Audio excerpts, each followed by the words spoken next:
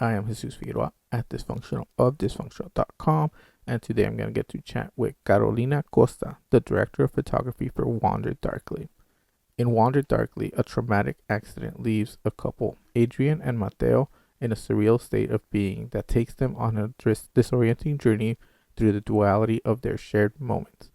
By reliving fond recollections from the beginning of their romance while also navigating the overwhelming truths of their present, they must rediscover the love that truly binds them together. Writer-director Tara Miele offers a profound new perspective on the delicate nature of relationships with this emotionally moving story about a couple who must reflect on their past in order to face their uncertain future. Check out my interview with Carolina Costa. Hi, Carolina. Hi. Uh-huh. Congratulations on this movie. It is amazing. It is visually stunning. How did you become a part of this? Um, First I got the script through my agent and read it and loved it. You know, so rarely you get such a visceral script and such a visual script too. You know, and one of the producers in the movie, she had met me previously a few years before, so she recommended my name to Tara, our director. So I met with Tara, and I think we had an immediate click, and then very soon after we started working on it. Uh, the way this movie flows is incredible because it almost seems like it so seamlessly goes from scene to scene. How much work was it to, get with the director and storyboard how this was supposed to go from scene to scene? It was many weeks of work in pre-production to create this like smooth right transitions, that it didn't feel gimmicky, or that it was truly, the technique was there to support the emotional transitions that the characters were going through. And it's tricky to get there, right? So it was just a lot of talks between myself and Tara, our director, and also Katie, our production designers, because a lot of the elements for those transitions, you needed, our department to help you, guide you from one way to another. Because sometimes you're going from the house to a church, a funeral, and I don't know, your childhood bedroom. So it was like really a team effort that took us many weeks of that. And I think it was just really a lot of discussions, and we didn't storyboard everything. We definitely shot list and thought through of each sequence and what we after.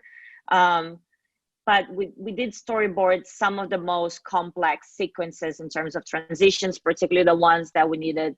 We tried to do everything camera, but some of the transitions we obviously needed help from our post-production friends. So for those sequences, we had to storyboard. With such intense scenes, how important is it to cast the right people? Because there's a lot of close-ups in this movie that just help the story move along so much better and help the audience connect with these characters. Yeah, I mean, when I got to the project, Sienna and Diego already cast, and I was just really excited. I knew Diego from before, and Sienna, obviously, I know her work, but I hadn't met her.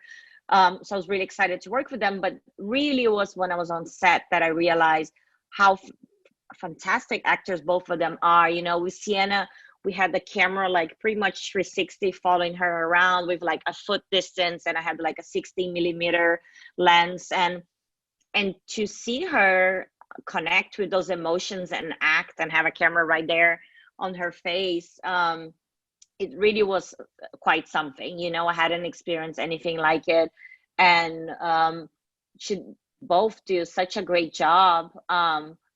That, when I watched the movie after, when it premiered at the beginning of the year in Sundance, like I forgot that I was the cinematographer in it, and I was like, crying and like really connected with them. And I don't think any of this would have been possible independent of all the technique and all the toys and everything that you get to do in your work as a director of photography, nothing of this would have been possible if these two actors hadn't been this generous and talented. Very much so. And one of the most difficult things I think to shoot is a car scene, and you have an accident in a car scene in this movie. How much, how big of an obstacle was it for you to get this right? Because that scene is captivating and done so well.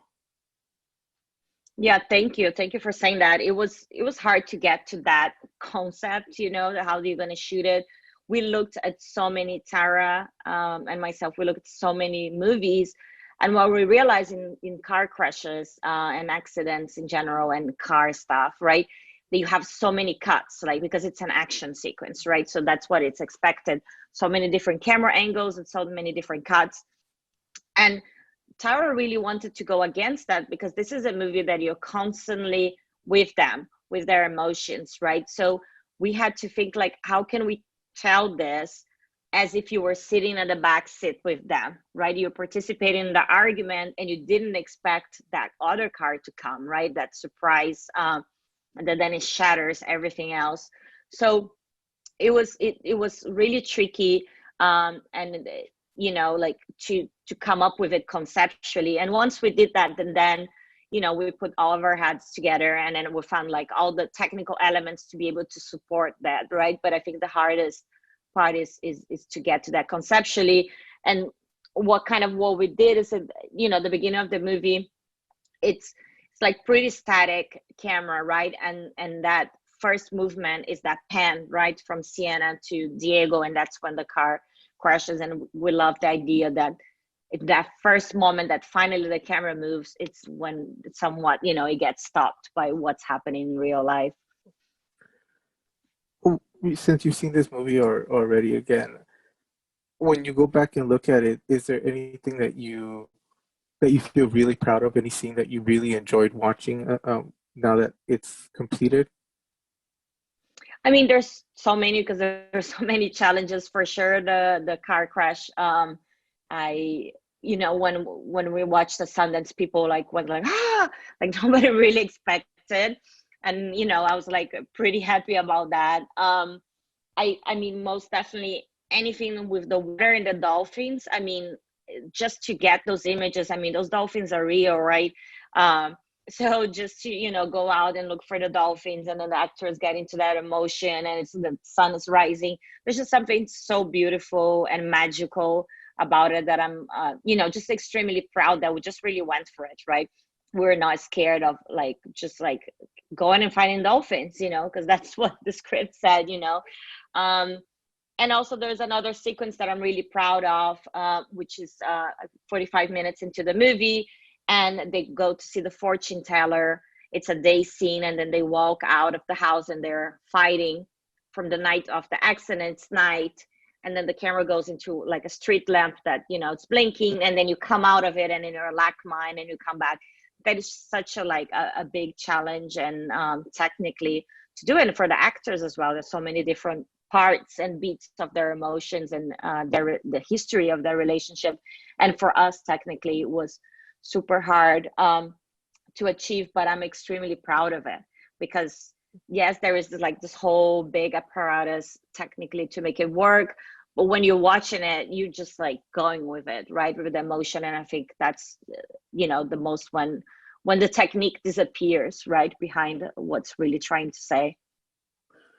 As a director of photography, you are tasked with putting the camera in a very natural spot. How how how much liberty did the director give you to move the camera around and improvise on the day of shooting? I mean, for Wonder Darkly, we really talked through everything and every scene, and every little beat, For Tara was very important, where the camera was and at what time, and what was in frame, and as much as what wasn't in frame too. And we had an incredible camera operator, Brian Frisch, who also was part of a lot of the conversations. And because it was like a dance, right? We had sometimes two cameras in a tiny space, and it was moving freely with the actors. So it was just like a lot of like organization between us, and like a clear conversation of what we're after emotionally, and then just really trusting my team. um, I think a lot of the things were pre-planned and others weren't, and sometimes Sarah will go in the room and rehearse with the actors, and they'll come out and be like, hey, I think the camera should move a little freely. So when you have someone like Brian on my team, the camera team, I also just let him be a collaborator. And if Tara's giving me the freedom to move around and look for certain moments, then I obviously am doing the same.